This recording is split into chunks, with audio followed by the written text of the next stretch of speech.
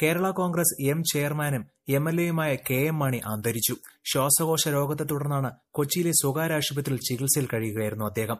വൈകിട്ട് 4:57 അന്ത്യം. വൃക്കകൾ തകരാറിലായതിനാൽ ഡയാലിസിസ് തുടരുകയായിരുന്നു.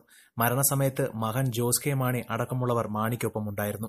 ശ്വാസകോശ സംബന്ധമായ അസുഖത്തെ തുടർന്ന് കഴിഞ്ഞ വെള്ളിയാഴ്ചയാണ് കൊച്ചിയിലെ സ്വകാര്യ ആശുപത്രിയിൽ KM മാണിയെ എത്തിച്ചത്. ദീർഘകാലമായി ആസ്മയ്ക്ക് ചികിത്സയിലായിരുന്നു അദ്ദേഹം. ആശുപത്രിയിലെത്തുമ്പോൾ ശ്വാസകോശ അണുബാധയും ഉണ്ടായിരുന്നു. ഇന്ന് രാവിലെ ആരോഗ്യനില അല്പം മെച്ചപ്പെട്ടിരുന്നെങ്കിലും ഉച്ചയ്ക്ക് 3 മണിയോടെ നില ഗുരുതരമായി മാറി. എന്നാൽ ഹൃദയമിടിപ്പും രക്തസമ്മർദ്ദവും കുറയുകയായിരുന്നു. ഏറ്റവും കൂടുതൽ കാലം മന്ത്രിസ്ഥാനം, ഏറ്റവും കൂടുതൽ കാലം MLA, കൂടുതൽ മന്ത്രിസഭകളിൽ അംഗം, ഏറ്റവും കൂടുതൽ ബഡ്ജറ്റ് അവതരിപ്പിച്ച ധനമന്ത്രി, കൂടുതൽ കാലം ധനവകുപ്പും നിയമവകുപ്പും കൈകാര്യം ചെയ്തയാൾ തുടങ്ങിയ റെക്കോർഡുകളും മാണിയുടെ പേരിലുണ്ട്.